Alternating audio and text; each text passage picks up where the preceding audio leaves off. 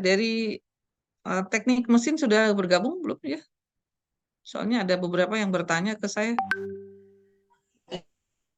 Sudah ada belum yang dari teknik mesin? Ini kita pertemuan keempat ya.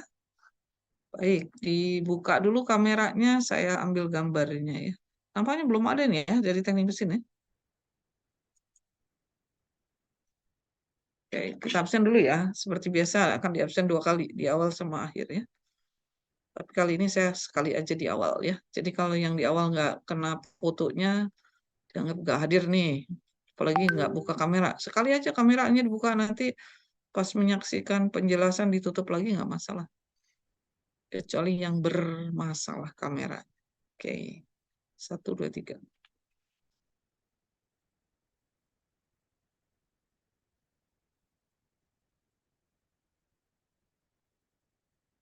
Pasal PKMRE ya, karena ini teknik ya, itu silahkan komunikasikan dengan Bu Pina ya dari elektronika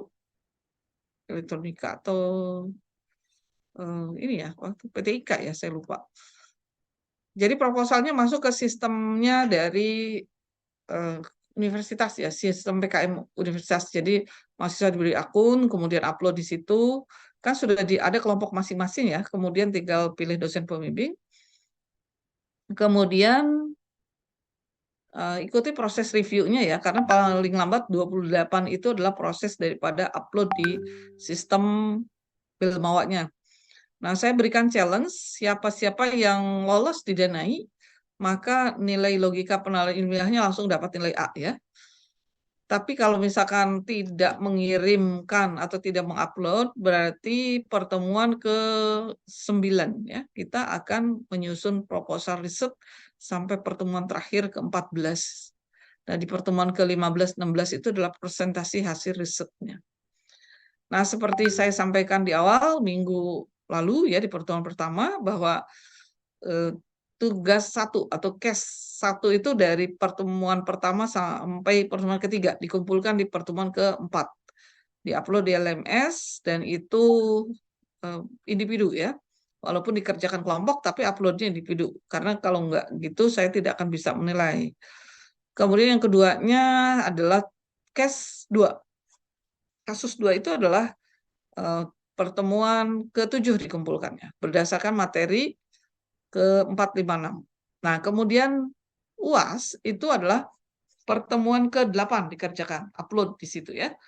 Nah, kemudian pertemuan ke-9 akan saya jelaskan mini risetnya, itu dikumpulkan. Silakan melakukan proses penelitian berdasarkan proposal yang sudah dikirim. Itu paling lambat dikumpulkan hasil riset mininya adalah pertemuan ke-14. Nah, sehingga pertemuan ke-15, ke-16 adalah presentasi. Nah, hasil presentasi tentunya ada revisi karena ada review dari saya dan teman-teman semuanya ya. Maka pertemuan yang ke-17 ya terakhir ya, UAS tidak ada UAS tertulis. UASnya adalah mini riset. Nah, itu dikumpulkan dalam Google apa itu bukan Google tapi namanya itu OneDrive ya atau Google Drive ya di situ. Baik, dalam waktu singkat saya akan sampaikan pertemuan yang berikutnya yaitu ya untuk pertemuan. Minta itu dulu di kesempatan untuk melakukan share screen, Mas Mas Adam ya.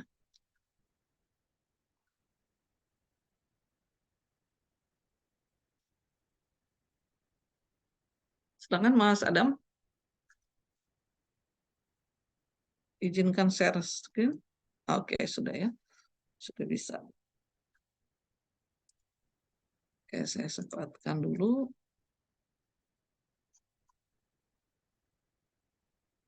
Ini adalah pertemuan keempat sekarang ya. Empat. Itu adalah klasifikasi Nah, ini baik.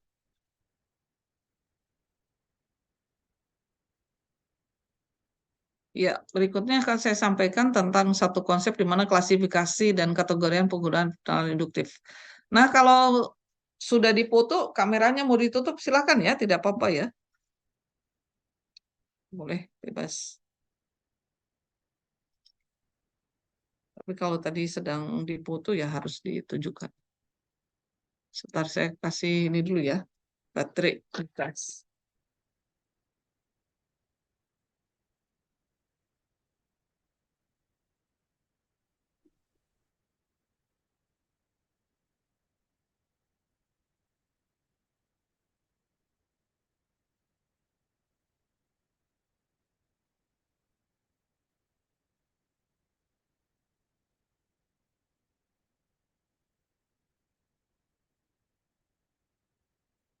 Ya baik,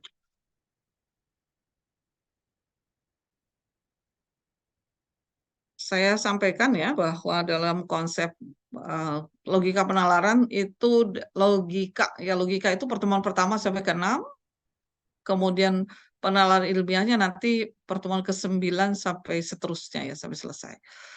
Berikutnya saya sampaikan materi yang keempat ya, klasifikasi dan pengkategorian penggunaan penalaran induktif ya. Di sini disampaikan, lihat ada contohnya, petunjuk kerjanya. Dan ini adalah penalaran induktif ya. Dan ini penarikan kesimpulannya. Jadi kalau kita lihat dari contoh, kunci utama dalam penalaran induktif melakukan pengamatan atau observasi. Proses pengamatan yang dilakukan dibutuhkan untuk mengumpulkan ciri-ciri situasi atau premis untuk menyimpulkan kasus atau fenomena umum yang sedang terjadi. Kita lihat di sini ya bahwa seorang anak kecil di pagi hari lewat di depan rumah, kemudian dia menggunakan baju merah putih ya. Itu pasti itu siapa? Anak SD gitu ya. Itu contohnya. Nah, berikutnya kita lihat ya ada latihan yang harus dikerjakan. Contohnya di sini pada pemilihan umum tahun 2019 ya.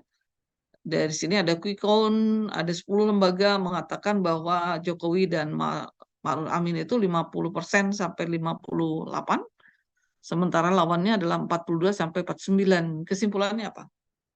Ya jelaslah pasti yang persentase lebih besar itu yang menang ya. Itu Jokowi. Yang keduanya hasil ini pagi jam 10 mendengarkan bel sekolah. Setiap hari pasti dengarkan bel jam sekolah. Siswa-siswa keluar untuk bermain. Artinya apa? Jika ada bel jam 10 pagi di sekolah dasar atau di sekolah menengah ya, itu pasti jam istirahat. Nah ini kasus mandirinya, silakan di LMS ada ya. Indikator keberhasilannya mampu mengamati kasus, menguraikan premis, kemudian melakukan penarikan kesimpulan dan melakukan refleksi. Baik, yang berikutnya ya. Sudah ganti belum? Kalau belum saya buka lagi. Ini pertemuan yang ke-6 ya. Penyusunan argumentasi logis penalaran ya.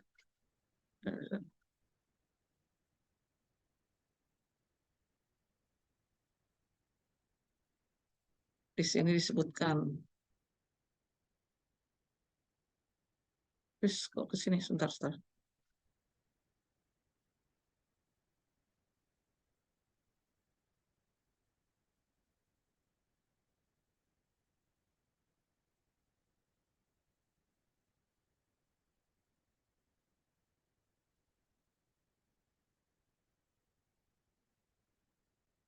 Tadi saya ulang dulu ya. Ada masalah sinyal.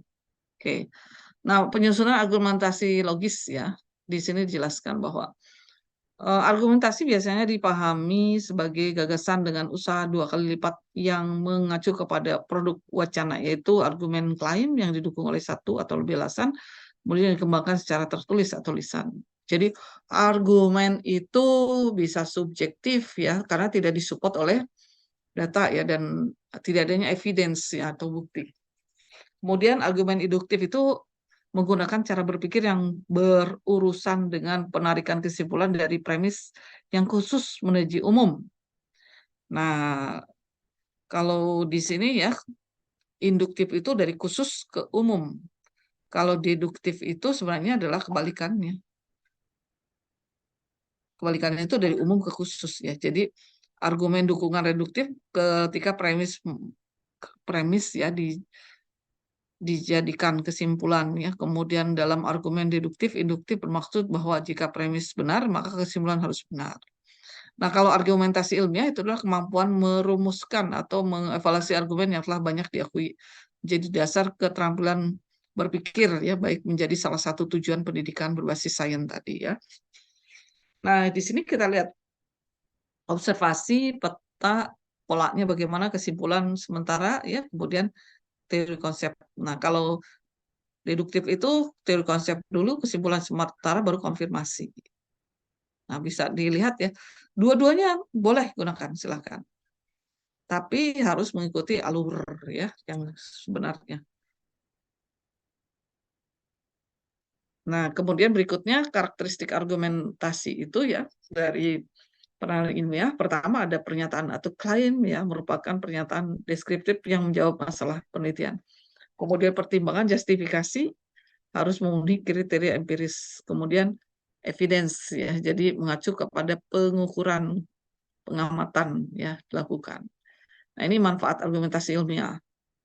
Pertama, kesempatan kepada siswa ya untuk melibatkan dalam diskusi kelompok.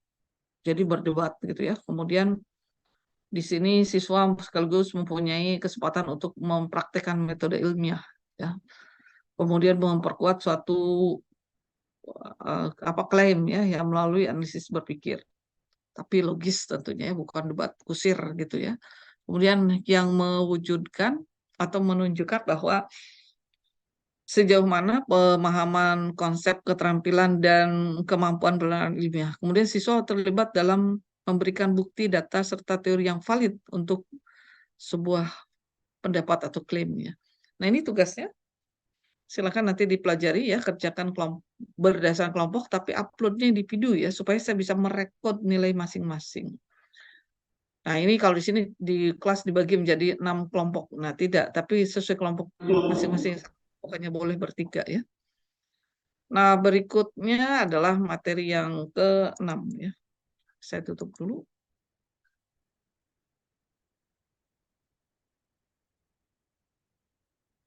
Yang berikutnya adalah materi yang ke-6 ya, bisa dilihat di RPS, sorry, di LMS ya. RPS-nya menjelaskan pertemuan ke-6 adalah mengevaluasi asumsi suatu argumen dan sumber bukti logika penalaran. Jadi di sini disampaikan bahwa sumber argumentasi, kredibilitas sumber, dan penelaah bukti argumen. Jadi kita lihat di sini sumber argumen itu bisa dari mana saja, silakan. Ya, ketika seseorang memiliki kemampuan memproses argumen yang tersaji dalam sebuah pesan, atau kredibilitas sumber, keahlian sumber dari keterpercayaan sumber, atau penelahan bukti melalui validasi, realitas, atau triangulasi. Nah, ini lihat tugas mandirinya adalah baca artikel yang diberikan, kemudian bagaimana argumentasi itu, dan setiap kelompok buatlah argumen yang terkait dengan hal tersebut. Nah, ini contoh ya, boleh. Contohnya adalah gender dan pendidikan Indonesia, kemajuan yang masih membutuhkan kerja keras.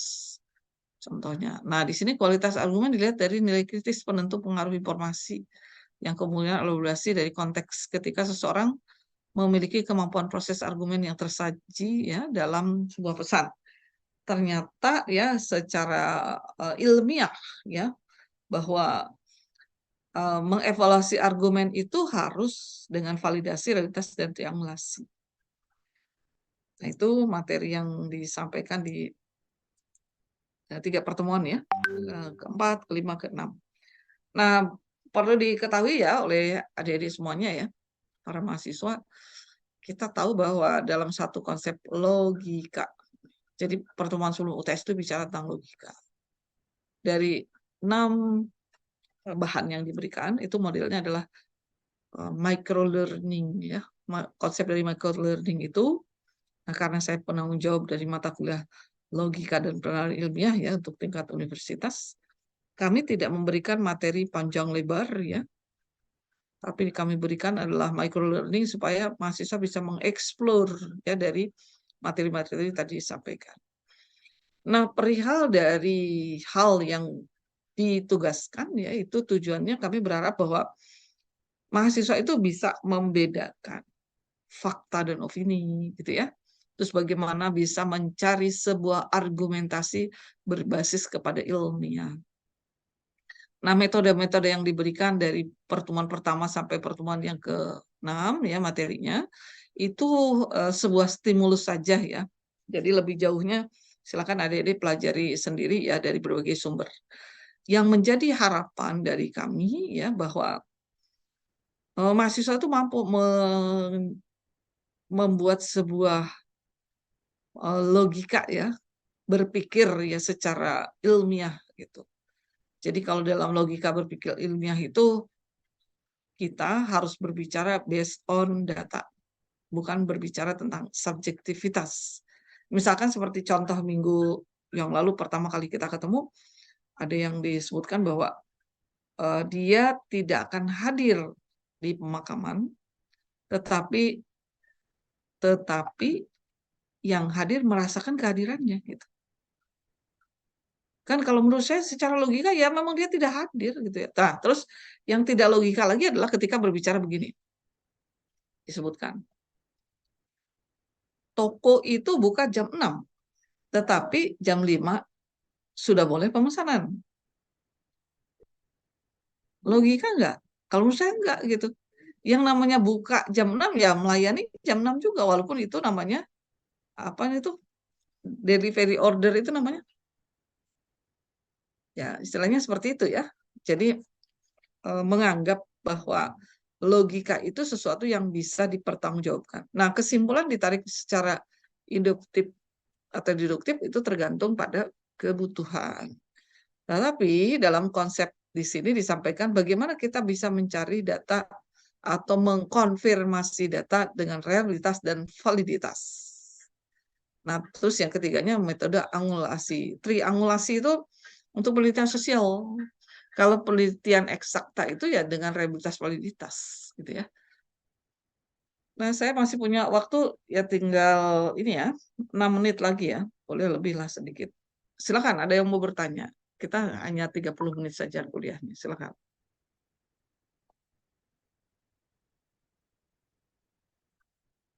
Silakan. Atau cukup jelas? Bu, izin bertanya, Bu.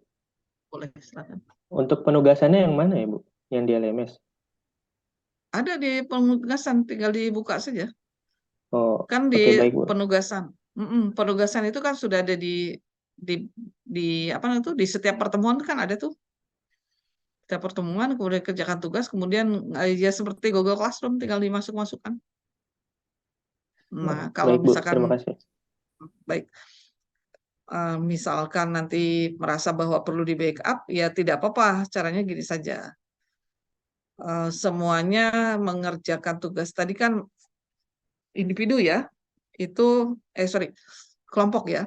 Jadi di backup aja Mas Adam ya lewat itu Google Drive aja.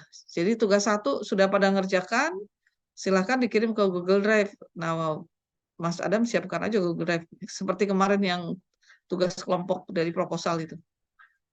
Ya, di LMS harus dimasukkan. Soalnya nanti terlihat yang aktif di LMS sama tidak. Bahkan mungkin ada juga yang belum pernah buka LMS. Karena di LMS itu kita bisa lihat record orang yang aktif dan tidak. Ya, kalau mau diskusi silakan diskusi. Justru nanti saya berikan penilaian keaktifan. Ya. Ada lagi silakan sebelum saya akhiri. Izin Santai bertanya, saja Bu. ya. Silakan, silakan. Untuk proposal mini risetnya itu sama dengan proposal yang PKM telah dibuat atau nanti beda lagi ya, Bu? Sama itu aja. Nggak usah Bisa. repot-repot ganti. Kan di situ untuk melakukan penelitian kan sudah saya lihat ya judulnya bagus-bagus. Jadi nanti pada saat pertemuan ke-9 itu kan mulai melakukan mini riset. Nah, kalau yang lolos didanai itu tidak perlu dilanjutkan sampai melakukan risetnya. Tapi nanti kalau yang sudah didanai langsung saya berikan nilai A saja gitu. Tapi kalau yang tidak didanai dan tidak mengupload berarti proses penelitian dilakukan nanti pertemuan ke-14 presentasi. 14 dikumpulin ya, 15 16 itu presentasi. Kami itu per kelompok ya. Ada lagi silakan atau cukup? Kalau cukup, saya mau pamit Maaf Ibu, ya. Saya izin izin bertanya. Oke. bertanya. Oh, silakan. Silakan mau bertanya. Kelompok saya kan udah ikut PKM ya, Bu. Hmm. Untuk itu bikin judul baru atau enggak sih, Bu? Enggak, tapi kan temanya ini Mbak Nisrina. Oh, ini ada deh teknik mesinnya. Dari tadi saya cari-cari. Mbak Nisrina, jadi PKM-nya kan apa? RSA ya? RSA, RE ya? KC, Pak. KC, Bu. Oh, KC, ya nggak apa-apa lah, KC. Jadi kalau nanti Mbak Nisrina dengan tim lolos, berarti tugas mini risetnya tidak usah dikerjakan dan nilainya langsung A. Ya, boleh, bagus. Ya, ini challenge ya. Jadi kalau misalkan kalau nggak mau ngerjakan ya nggak apa-apa. Berarti ikuti proses normal. Tapi kalau misalkan tadi Mbak Nisrina ngajukan PKM dan sedang proses review, nah kalau begitu didanai tinggal lapor aja dan itu sudah selesai dapat nilai A. Karena kan konsep dari logika penalaran ilmiah itu tujuan akhirnya adalah kemampuan melakukan riset. Ya. Oke, itu saja cukup ya. Ya, baik, Bu. Sampai Terima ketemu kasih. lagi di pertemuan ke-9 ya, diingatkan ya ke-9. Kita akan bahas tentang mini riset. Nah, nanti pengumpulan tugas untuk yang apa itu yang tugas kedua ya dan nanti UTS itu di pertemuan ke-8, yang pertemuan ke-7 itu adalah case kedua ya. Baik, makasih semuanya. Salam sehat ya. Wassalamualaikum warahmatullahi wabarakatuh. Waalaikumsalam warahmatullahi wabarakatuh. Salam kasih.